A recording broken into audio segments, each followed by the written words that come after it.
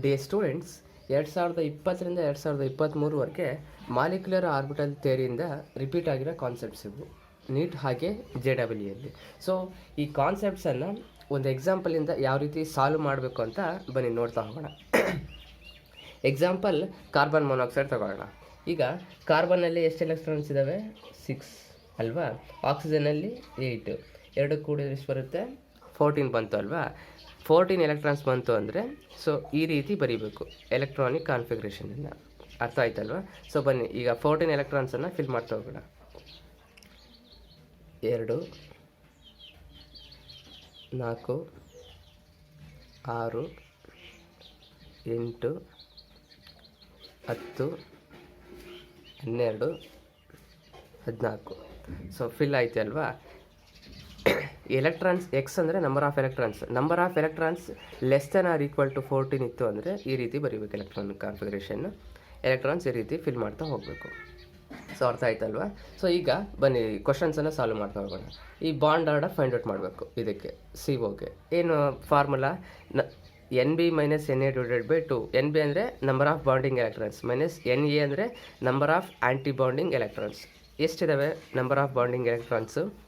2 4 6 8 10 ಅಲ್ವಾ.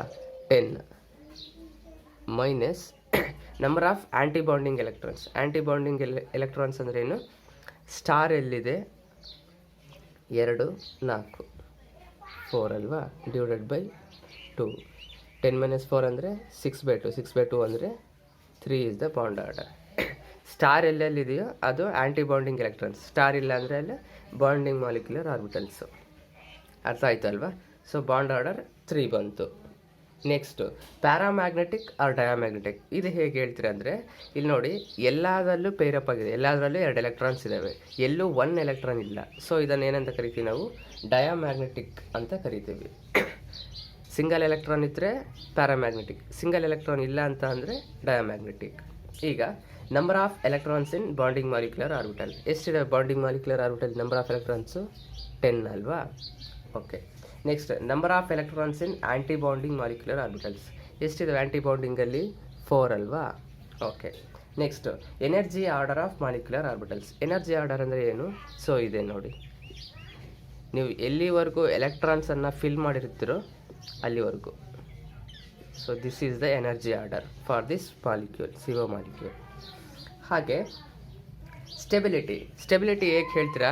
In case ಏನಾದರೂ number of electrons in bonding molecular orbital is greater than number of electrons in anti bonding molecular orbital ಇದ್ದರೆ so ಇದನ್ನು stable ಅಂತ ಕರಿತೀವಿ. In case ಏನಾದರೂ number of electrons in bonding molecular orbital is less than number of electrons in anti bonding molecular ಇದ್ದರೆ ಅದು unstable.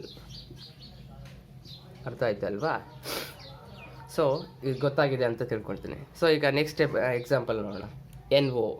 So ಇಲ್ಲಿ number of electrons ಎಷ್ಟಿದ್ದಾವೆ? ನೈಟ್ರೋಜನಲ್ಲಿ 7, ಆಕ್ಸಿಜನಲ್ಲಿ ಎಷ್ಟಿದ್ದಾವೆ? 8. ಟೋಟಲ್ ಆ್ಯಡ್ ಮಾಡಿದರೆ 15 ಬಂತು ಅಲ್ವಾ.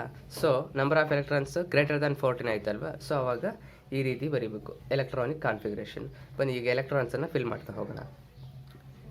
2 4 6 8 10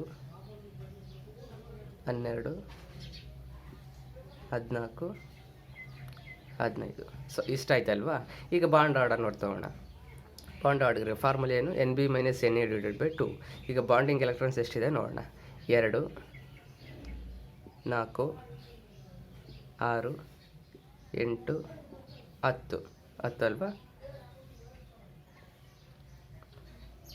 2 4 6 8 10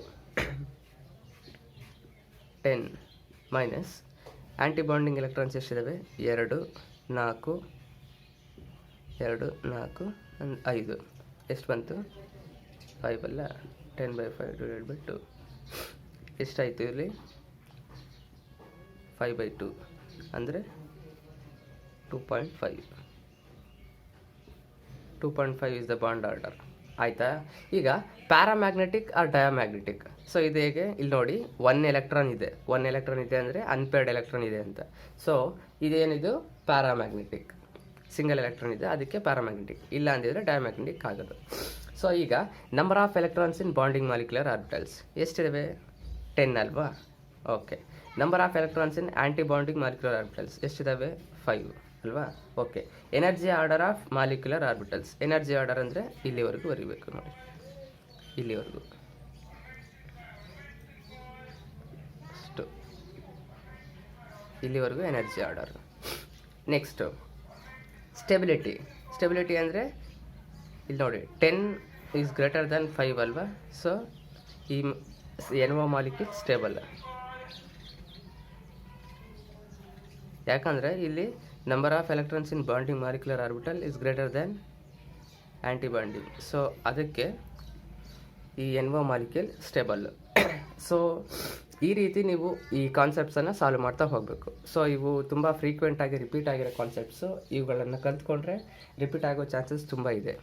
ಸೊ ಅದಕ್ಕೆ this is very very important. ಅರ್ಥ ಆಯ್ತಲ್ವಾ? ಇನ್ನೂ ಏನಾದರೂ ಡೌಟ್ ಇದ್ದರೆ ಕಮೆಂಟ್ ಮಾಡಿ. ಸೊ ಇಲ್ಲಿ ಮಿಕ್ಕಿರೋ ಎಕ್ಸಾಂಪಲಲ್ಲಿ ಸಾಲ್ವ್ ಮಾಡಿ.